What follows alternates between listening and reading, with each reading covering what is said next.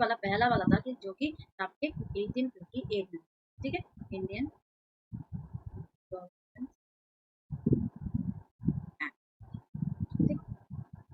अब इसमें क्या बोला गया, इसमें बहुत सारी चीजें बोली जो कि हमारे लिए बहुत सारा इम्पोर्टेंट। क्या बताया गया, इसमें ये बोला गया कि जो ब्रिटिश शासन है, ठीक है, जो 1858 के बाद ब्रिटिश का जो शासन होगा, बहुत सारे भारत में सुधार किए जाएंगे। इस वजह से हम लोग इसका करेंगे, क्यों, जिससे कि देखो ना 1858, आप लोगों ने 1857 का विद्रोह सुना था, विद्रोह याद करिए 1857 को हम लोग राजस्थान हिस्ट्री में डिस्कस भी करेंगे, ठीक है।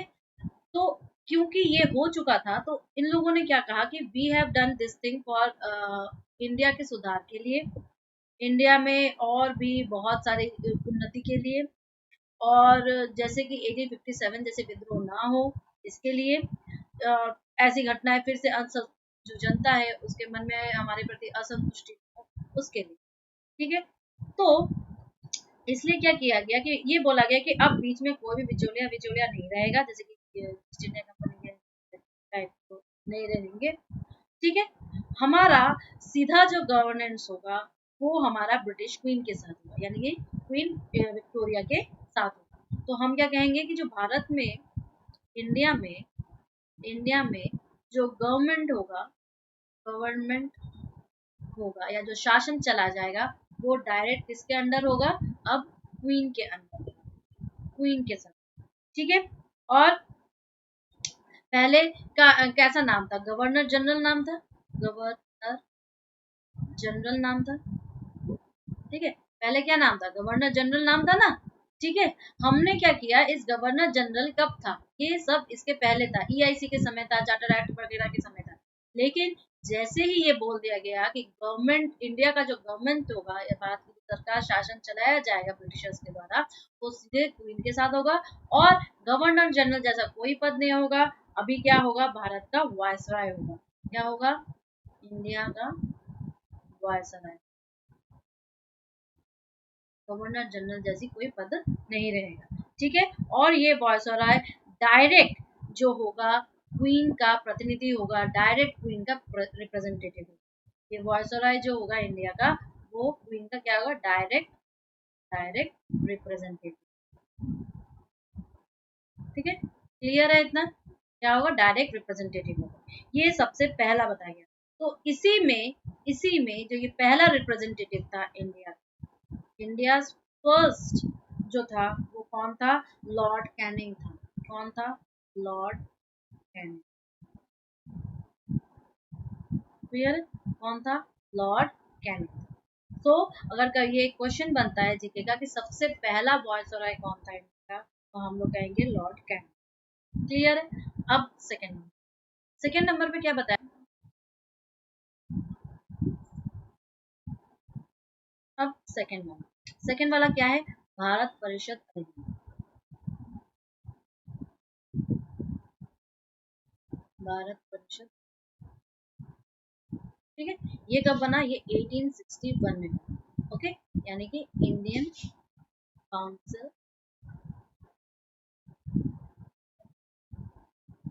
ये इंडियन काउंसिल एक्ट क्या कह रहा है कि जो ये जो गवर्नर जनरल का जो परिषद में जो भारतीय प्रतिनिधि शामिल कर उन्हें विधायी कार्यों में सहयोग करने का प्रदान किया, तथा गवर्नर जनरल की विधायी शक्तियों का डिसेंट्रलाइजेशन किया गया, यानी कि विकेंद्रीकरण किया, ठीक है।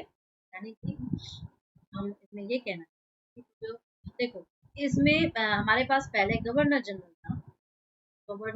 था, और ये गवर्नर जनरल सारे जो पावर्स हैं, ठीक है, वो पावर्स अपने पास ही रखता था, और यही क्या करता था, जो जो अलग अलग मेंबर्स होंगे जो उसको हेल्प करेंगे वही डिसाइड करता था, वही इसका चयन करता था, वही लॉज बनाता था, वही सब कुछ करता था, ठीक है।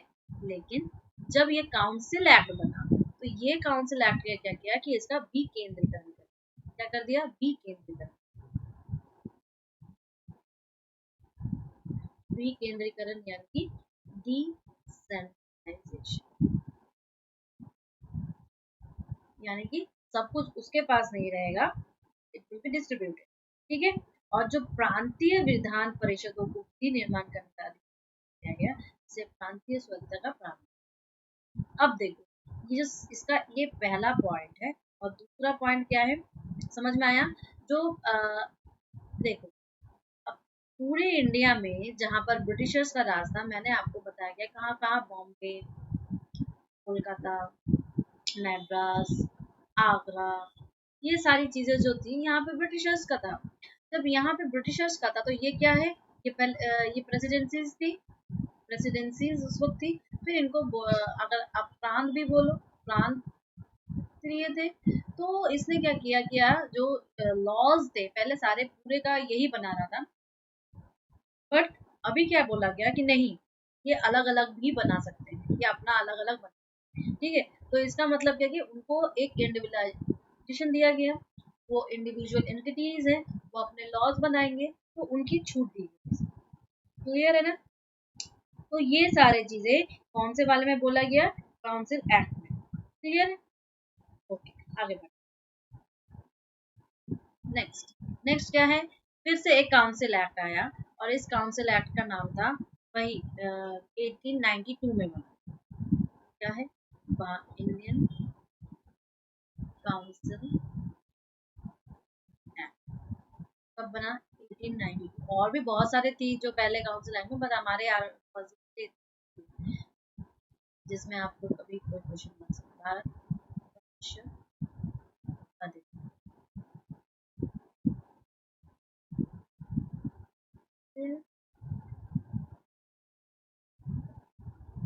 अब इसमें क्या बोला गया कि इसमें जो आपके जो देखो प्रांतीय भागों में डिवाइड किया गया है, प्रांतीय भागों में डिवाइड किया गया, तो उसने ये बोला कि जो प्रांतीय भागों में जो सदस्य थे, कैसे सदस्य थे, एक प्रांतीय होगा, एक केंद्रीय होगा। हम लोग अपने आज के गवर्नमेंट में भी जानते हैं कि स्टेट वाइज भी होता है और सेंट्रल लेवल का। तो जो द्विसदनात्मक जिसे हम कहते हैं, ये सारी चीजें और भी बाद में देखेंगे। तो ये क्या हुआ कि जो प्रांतीय और में यहाँ पे जो मेंबर्स होते थे, इन दोनों में मेंबर्स होते थे, उसमें जो आपके गैर सरकारी, ठीक है, गैर सरकारी जो गवर्नमेंट नहीं है, उनकी जो संख्या है इसमें बढ़ाई गई। क्लियर है? जो पहले बहुत कम थी, अब क्या किया गया, उनको बढ़ाया। ठीक। और फिर आप देखना कि यहाँ पर कॉरपोरेशन, कॉरपोरेशन यानी कि आप देखोगे कि न्यायपालिका, नगर पालिका, नगर पालिका जैसे आपके सिस्टम्स, फिर आपके जिला बोर्ड जैसे डिस्ट्रिक्ट बोर्ड, या डिस्ट्रिक्ट बोर्ड, फिर आप देखना कि यूनिवर्सिटीज, विश्वविद्यालय,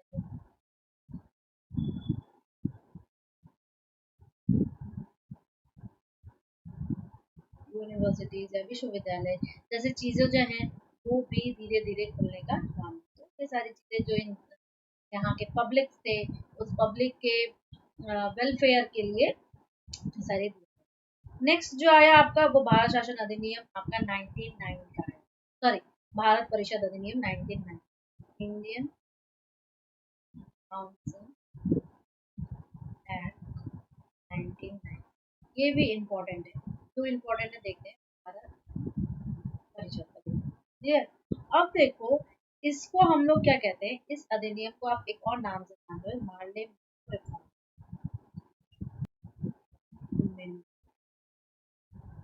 रिफॉर्म, ठीक है?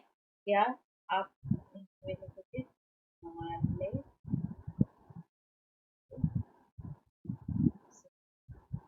क्यों हम इसे मार्ले मिंटो सुधार कहते हैं?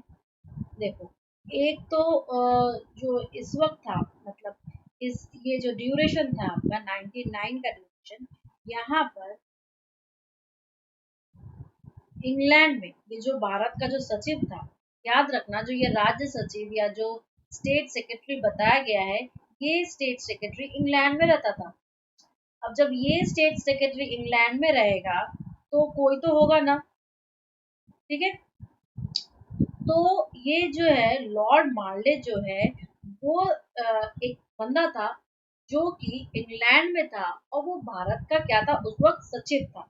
जबकि जो मिंटो था वो क्या था उस वक्त भारत का वॉयसरॉय था। वॉयसरॉय कहाँ बैठेगा? भारत में बैठेगा। और सेक्रेटरी कहाँ बैठेगा? सेक्रेटरी इंग्लैंड में बैठेगा। क्लियर है? तो ये मार्ले मिंटो जो है आपके, ये कौन कौन है? मार्ले जो थे, मार्ले जो है वो क्या था? सचिव था, भारत का सचिव। भारत का सचिव। क्लियर? और ये भारत का सचिव कहाँ बैठता था? भारत का सचिव इंग्लैंड में बैठता था। क्लियर है? लेकिन ये जो मिंटो साहब है, मिंटो, ये मिंटो जो है वॉयसरॉय थे और ये भारत में रहते थे। समझ में आ गया? तो ये कैसे मॉर्ले मिंटो आपका रिफॉर्म नाम पड़ा? क्योंकि इस जो भारत में जो अधिनियम बना था, कब? अभी जो काउंसिल वाला बना ना 1892 में, उसमें जो जो जो इन लोग को लगता था कि जो जो गलतियां हुई, जो त्रुटियां हुई, उन सबको इसमें सुधार करेंगे, उन सब में इसको अच्छा और बनाएंगे। साथ ही साथ इसमें और भी बहुत सारी चीजों को लाया गया। जैसे विल से यू कि जो मेन एजेंडा था, एजेंडा इस पार्लियामेंट या मेन आपका जो लक्ष्य था, मुख्य लक्ष्य, इसका मुख्य लक्ष्य ये पार्लियामेंटो एक्ट था। दो चीजें थी, एक मुस्लिम मुस्लिम अल्पसंख्यक, यानी कि मुस्लिम माइनॉरिटीज, माइनॉरिटीज को क्या करना था? खुश करना था, हैप्पी करना, खुश करना था। और जैसे भी हो, जैसे भी हो, उस समय उस ड्यूरेशन में जो भारत में आपके जो उग्रवाद है और जो क्रांतिकारी राष्ट्रवाद है, क्या क्रांतिकारी राष्ट्रवाद, उग्रवाद भारत में, इंडिया में उग्रवाद और प्लस क्रांतिकारी राष्ट्र, क्रांतिकारी राष्ट्रवाद, यानी कि जो नेशनलिस्ट थे, नेशनलिस्ट, रेवोल्यूशनरी, नेशनलिस्ट थे, इन दोनों का सामना करना, सामना करना, यानी कि they have to face that, जैसे भी करके ये काम इनको करना है। तो ये इनका मेन एजेंडा था। क्लियर है? और ये जो है बहुत बड़ी बहुत बड़ा एक टर्निंग पॉइंट था, आप बोल सकते हैं। ठीक है? तो यहाँ पर पहली बार इस जो आपका इस अधिनियम के द्वारा पहली बार भारतीय के जो वॉयसरॉय थे और गवर्नर की जो कार्यपालिका परिषद थी, यानी कि जो एग्जीक्यूटिव काउंसिल था, उसके साथ साथ एसोसिएशन बनाने का एक आपका मतलब रिप्रेजेंटेशन या एक बोल सकते हो कि एक सिफारिश पेश की। ठीक है? क्या आप कहने की कोशिश कर रहे हैं कि इस अधिनियम जो आपका ये आपका 99 वाला जो है, क्या 99 में हम लोग क्या देख रहे हैं? भारत परिषद अधिनियम 99, यानी कि इंडियन काउंसिल एक्ट 99। इसमें क्या किया गया कि आपके एग्जीक्यूटिव काउंसिल, एग्जीक्यूटिव काउंसिल, किसका एग्जीक्यूटिव काउंसिल रहेगा? गवर्नर का, गवर्नर का। ठीक है? गवर्नर जनरल नहीं, वो तो खत्म कर दिया गया है। और जो वायसराय है, वायसराय है, इन दोनों का क्या किया गया? इन दोनों का बोला गया कि इनके साथ एक एसोसिएशन भी होगा, हमें इसको भर्ती करना है और एक कार्यपालिका होगी। इस कार्यपालिका में जो प्रथम भारतीय सदस्य थे वो कौन था? सत्येंद्र प्रसाद सिन्हा। यहाँ पे एक्चुअली ये सारी चीजें मैं इसलिए बताई, एग्जाम में आपको आ सकता है सत्येंद्र प्रसाद सिन्हा। ठीक है? क्लियर? अब ये सत्येंद्र प्रसाद सिन्हा कौन हुए? ये पहले भारतीय हुए, फर्स्ट इंडियन, पहले भारतीय हुए जो कि वायसराय की वायसराय की कार्यपालिका कार्यपालिका परिषद जो है, परिषद जो था उसका प्रथम भारतीय मेंबर, फर्स्ट फर्स्ट मेंबर यही था। और इन सत्येंद्र जी को विधि से रिलेटेड यानी कि आपके लॉ से रिलेटेड सदस्य बनाया गया, जो लॉज बनाएंगे, लेजिस्लेटिव एक्चुअली जो पार्ट है उसका उसमें डाला गया। ठीक है, क्लियर हो गया। अच्छा, अब नेक्स्ट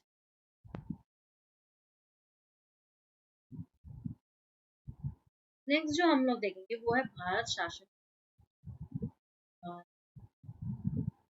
शासन ये सारी चीजें कब है, ये हमारे ब्रिटिश रूल के द्वारा, ब्रिटिश क्राउन के अंतर्गत कैसे कॉन्स्टिट्यूशन डेवलप, कैसे संविधान का विकास हुआ ब्रिटिश क्राउन के अंतर्गत, उसमें देखेंगे। तो अभी जो हम देखेंगे वो भारत शासन अधिनियम, सबसे पहला वाला था वो 9। ठीक है, इसके पहले भी हम लोग ने देखा था, परिषद के दो देख लिए थे, 92 वाला और 99 वाला, और सबसे पहला भारत परिषद अधिनियम 1861 वाला हुआ था, जिसमें और उसके भी पहले क्या देखा था हम लोग ने, भारत शासन अधिनियम 1858 वाला। तो इसका मतलब ये क्या हुआ कि ये वाला हमारा कौन सा वाला हुआ, सेकेंड भारत शासन अधिनियम। ठीक है, Indian government governance act 19। Clear, इसके पहले जितना भी बुरा करना था वो लोग कर चुके। क्लियर, जो नीनू इम्पोर्टेंट चीजें लाना। अब देखो, इसके पहले वाले काउंसिल एक्ट को बोला गया था कि मार्लियामेंट सुधार या मार्लियामेंट रिफॉर्म। इस वाले को क्या बोलेंगे, मॉन्टेग्यू चेम्सफोर्ड सुधार, मॉन्टेग्यू चेम्सफोर्ड क्या बोलेंगे, मॉन्टेग्यू चेम्सफोर्ड सुधार। क्लियर है, मॉन्टेग्यू चेम्सफोर्ड सुधार। क्लियर या रिफॉर्म। अब इसको इससे भी जानते हैं, 1919 के अधिनियम से भी जानते हैं, और इसको इस नाम से भी जानते हैं। क्लियर, क्यों भाई, क्योंकि इस समय मॉन्टेग्यू जो थे वो क्या थे बताओ, मॉन्टेग्यू जो थे वो थे हमारे भारत के सचिव, यानी कि इंडियन सेक्रेटरी थे, इंडियन सेक्रेटरी। ठीक है, और चेम्सफोर्ड क्या थे बताओ, चेम्सफोर्ड थे गवर्नर जनरल।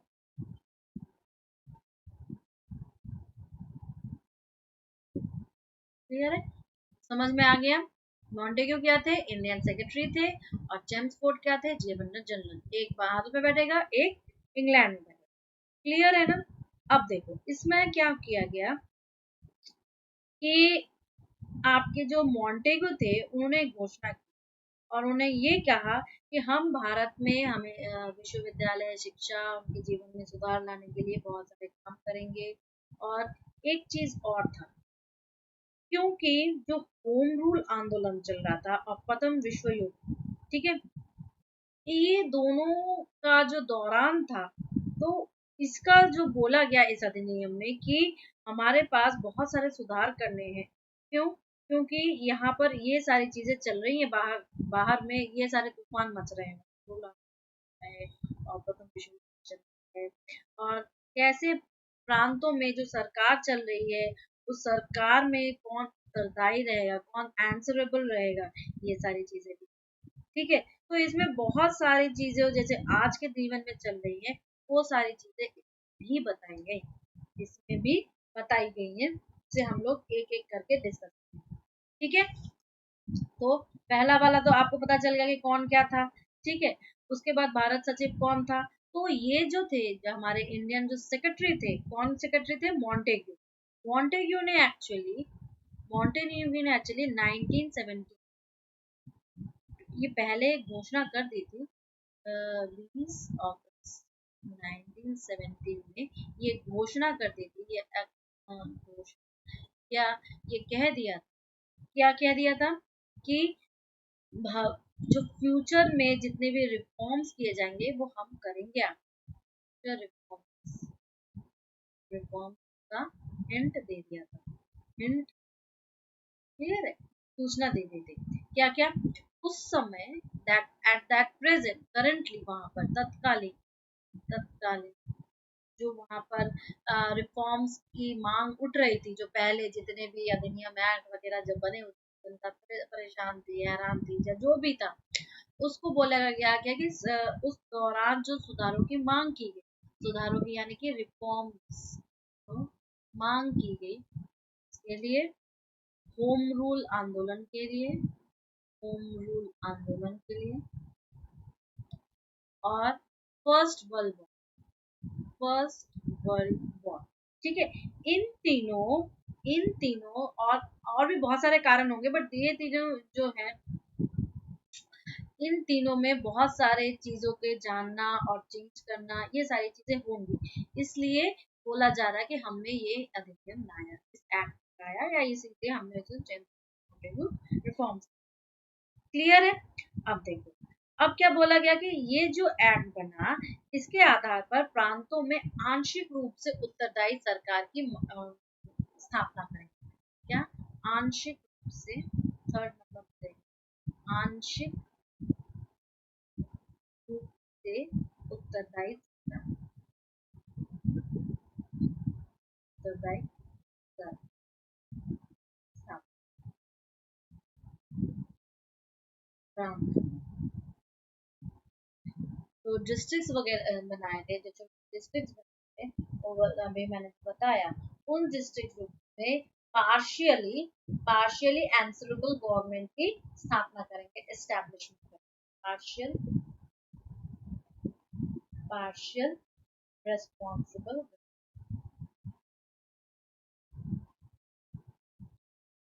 गवर्नमेंट का स्थापना। क्लियर है? तो हम लोग ने इसमें ये, अब अब इसमें एक और चीज बोला गया, केंद्र में द्विसदनात्मक विधायिका बने, यानी कि टू हाउसेस बनाए जाएंगे। पहले इंडिया, इंग्लैंड में भी ये था, और इंग्लैंड से हम लोग ने इसको, अभी जो रिसेंट गवर्नमेंट प्रोसेस चल रहा है, वो भी हमारा इस टाइप का, जब हम लोग इंडियन कॉन्स्टिट्यूशन स्टार्ट करेंगे ना, तो हम लोग इसको आपको बताएंगे कि द्विसदनात्मक, एक सदन, क्या क्या होता है, ये सारी चीज क्या क्या होती है, उसको हम लोग भी डिस्कस करेंगे। आगे बढ़ते हैं, देखते हैं।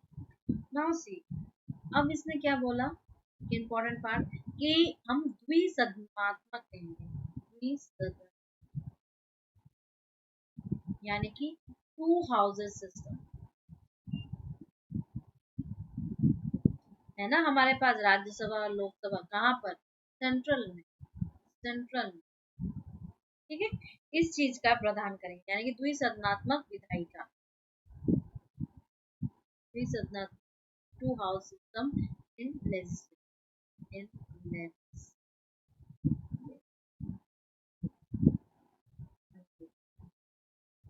ठीक है। लेजिस्लेटिव में हम लोग दो, एक है हायर हाउस और एक होगा निम्न, मतलब कि लोअर हाउस। कौन कौन से हाउस होंगे यहाँ पर? एक होगा जिसे हम लोग कहेंगे स्टेट काउंसिल, स्टेट काउंसिल जो कि हायर होगा, हायर, क्लियर है, यानी कि राज्य। और दूसरा जो होगा वो होगा आपका विधानसभा, या आप लेजिस्लेटिव,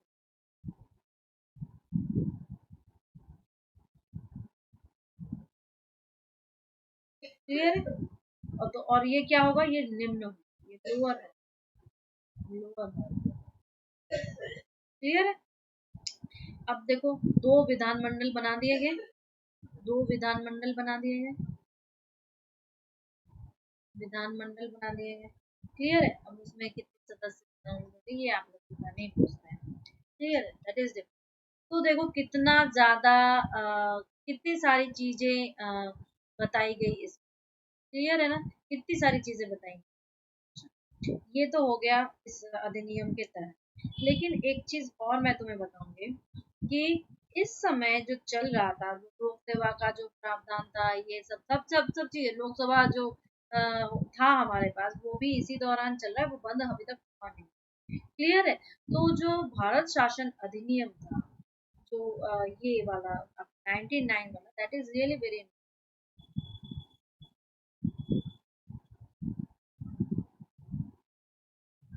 अब देखो नेक्स्ट, अब एक और इम्पोर्टेंट बात बताऊंगी, साइमन कमीशन। साइमन, ठीक है, साइमन कमीशन, क्या आप इसका नाम भी आप इसी वक्त, why you are listening this one, क्योंकि इसमें ये बोला गया, ये एक्चुअली आया था आपके नवंबर आपके 1987, ठीक है।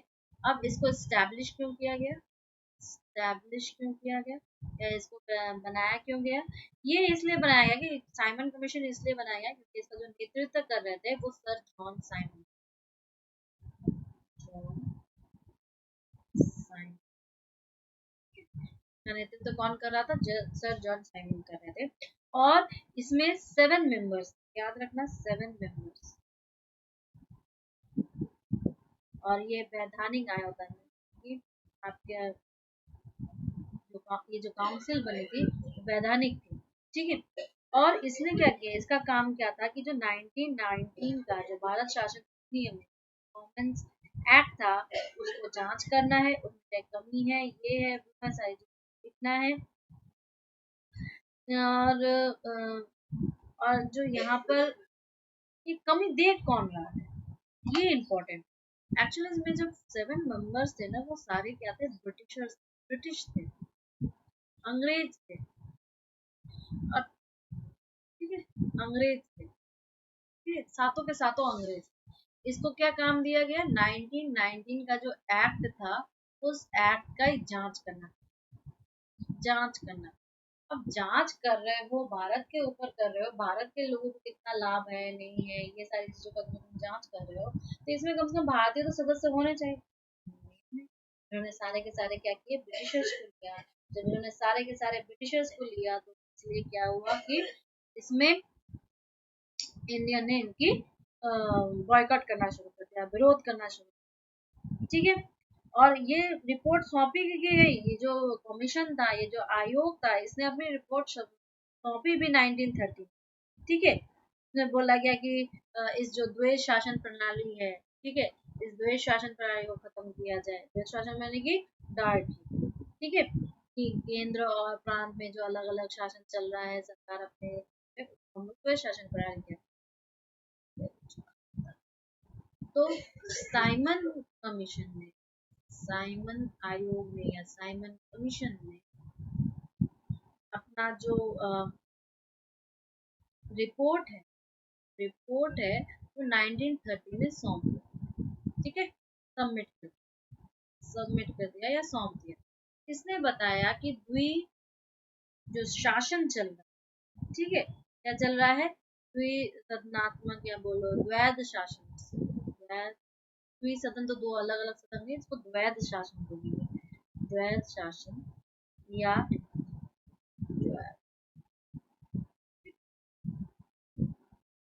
इसका मतलब क्या हुआ कि जो सेंट्रल और जो प्रांत है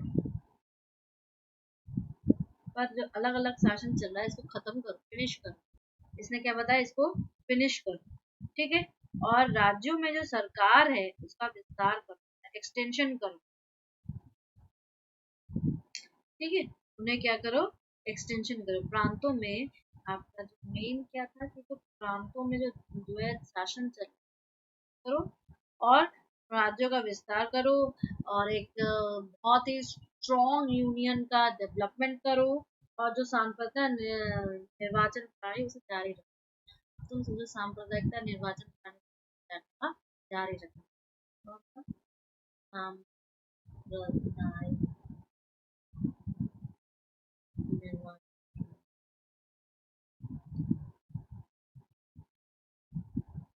को बोला जारी, इज दिस गुड, ऑब्वियस ही बात है, जो तो होगा ही। सोचो इस साइमन कमीशन का कितना ज्यादा इफेक्ट था। यहाँ में जब आप है ना मॉडर्न पे, तब भी एक बार फिर से रिवाइज करेंगे, मतलब आपको और भी बहुत सारी चीजें पता चलेंगी। क्लियर है? मैं बताती हूँ। फिर एक सबसे इम्पोर्टेंट आया भारत शासन अधिनियम 1935 से बहुत सारे क्वेश्चन जाते हैं, हम लोग क्वेश्चन प्रैक्टिस करते हैं। भारत शासन अधिनियम 1935, this is very important. Indian Constitution, Governance Act,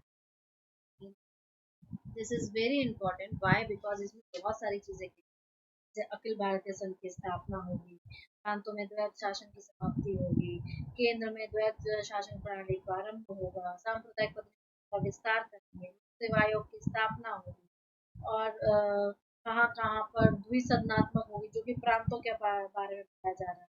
और इंग्लैंड में भारत परिषद जो आयोग परिषद था, जो काउंसिल थे, स्थापित कर दिया जाएगा।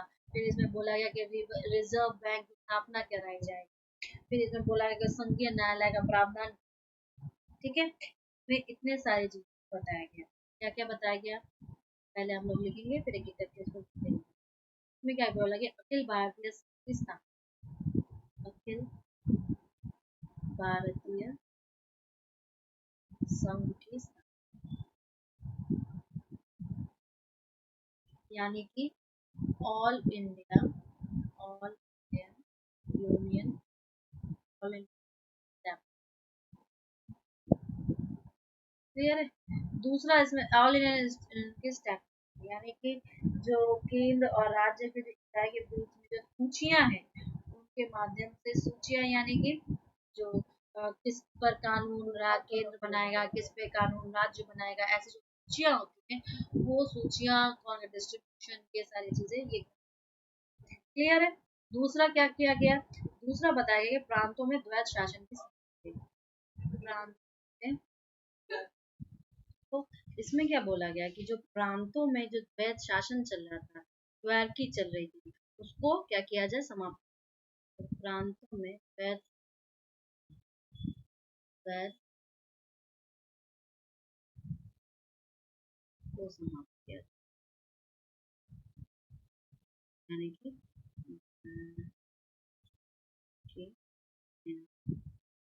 स्टेट्स फिनिश करना है। ठीक है, तीसरे नंबर पे ये बोला गया कि केंद्र में द्वैत शासन प्रणाली को स्टार्ट, केंद्र में द्वैत शासन प्रणाली को स्टार्ट, द्वैत प्रणाली स्टार्ट, शुरू करो। ठीक है, चौथे नंबर पर क्या बोला गया, चौथे नंबर पर बोला गया कि सांप्रदायिक प्रतिनिधित्व जो था, उसका विस्तार किया जाए। सांप्रदायिक प्रतिनिधित्व का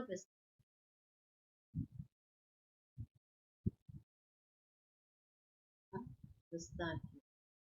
ठीक है, यानी कि एक्सटेंशन करो, जिसमें कि दलित जो है उनका इन्वॉल्वमेंट करो। ठीक है, शेड्यूल कास्ट, शेड्यूल ट्राइब्स, ऐसे लोगों को इन्वॉल्व करो।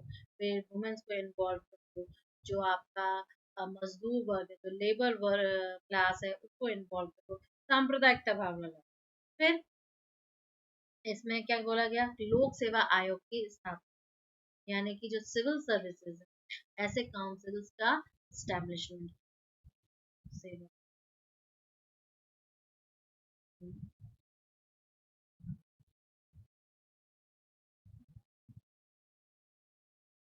establish of civil service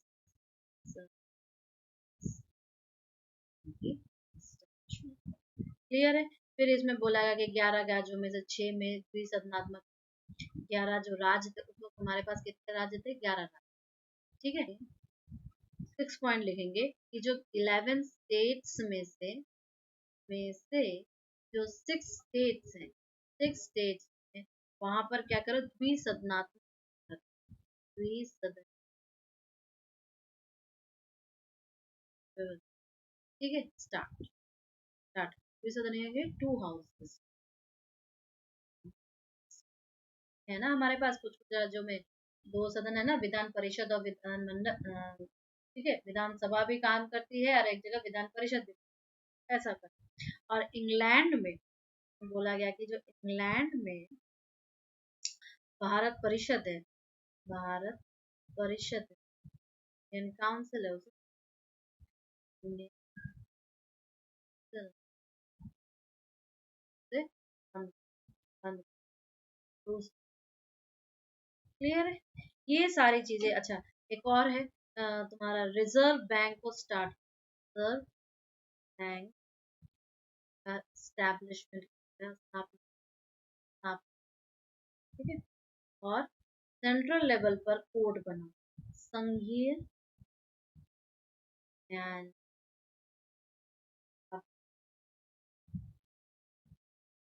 ठीक है, संघीय न्यायालय के प्रावधान को, ठीक है। और इसमें याद रहे, इसके में इसके द्वारा ही ये कब आया था, ये 1935 में आया था, ये अधिनियम तो 1935 में आया, ठीक है। तो इस प्रावधान के द्वारा 1937 में, याद रखना, 1937 में यूनियन कोर्ट की स्थापना, यूनियन, या आप बोलो संघीय न्यायालय, संघीय न्यायालय की स्थापना हुई। और इसके फर्स्ट जो मुख्य न्यायाधीश, चीफ जस्टिस थे, चीफ जस्टिस जो थे, मुख्य न्यायाधीश सर मॉरिस वेयर, कौन थे? सर मॉरिस, मॉरिस वेयर, कौन थे? फर्स्ट चीफ जस्टिस, ठीक है। तो ये संघीय न्यायालय बना। तो सोचो कि ये वाला अधिनियम, याद रखना, बहुत बड़ा था, it was really very big. और ये एकदम जो अभी वाला जो फॉर्म है ना, उस फॉर्म से काफी मिलता है, बिकॉज ये एक इसमें इतना लंबा था, एक लिखित दस्तावेज था जिसमें कि 321 धाराएं थी और 10 अनुसूचियां थी,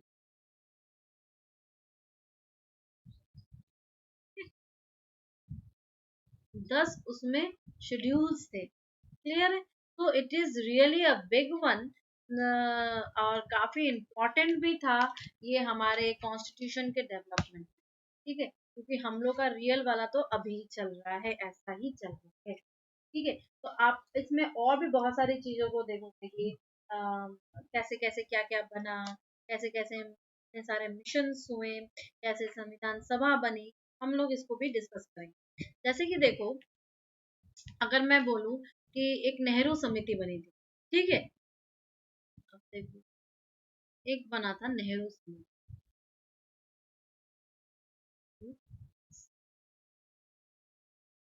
अब नेहरू समिति में 11 सदस्य, 11 मेंबर्स, कौन कौन से मेंबर थे ये कोई नहीं पूछता है, ठीक है। अब नेहरू समिति थी, इसमें सबको सॉल्व किया गया था, ढूंढ, लेकिन ये नेहरू समिति के बारे में जो पंडित नेहरू ने कहा था कि इसमें अनेक ब्रेक टाइप के इंजन हैं, और जिन्ना ने इसका है कि इसका ही एक बड़ा बड़ा सा रूप कहा, नेहरू समिति, ठीक है। तो 1935 इस समिति ने, इस समिति 1935 का जो भारत शासन अधिनियम, भारत शासन अधिनियम, अधिनियम, ठीक है, यानी कि इंडियन गवर्नमेंट सिस्टम जो आपका 1935 का था, इस नेहरू समिति ने क्या बोला, नेहरू समिति ने बोला कि बहुत सारे ब्रेक्स वाले इंजन है, ठीक है, अनेक ब्रेक, एक ब्रेक वाला इंजन, ठीक है। और जबकि जिन्ना ने क्या कहा था, जिन्ना ने क्या कहा था, जिन्ना ने इसे कहा था कि पूर्णतः सड़ा और मूल रूप से पूर्णतः सड़ा, टोटली रोटन,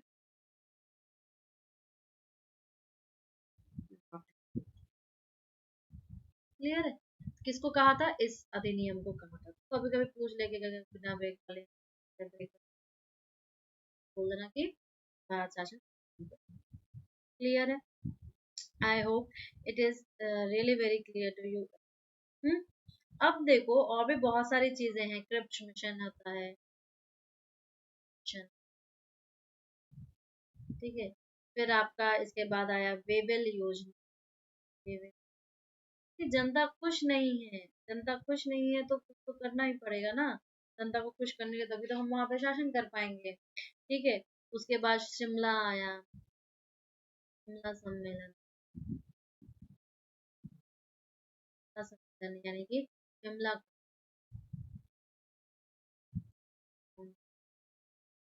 ठीक है।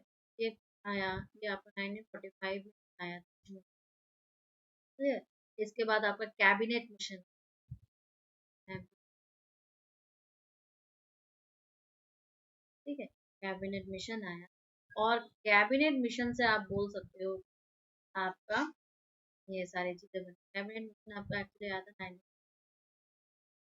97 में, हमें नहीं मिल गई, ठीक है। तो हम लोग कल जो है क्लास में स्टार्ट करेंगे कैबिनेट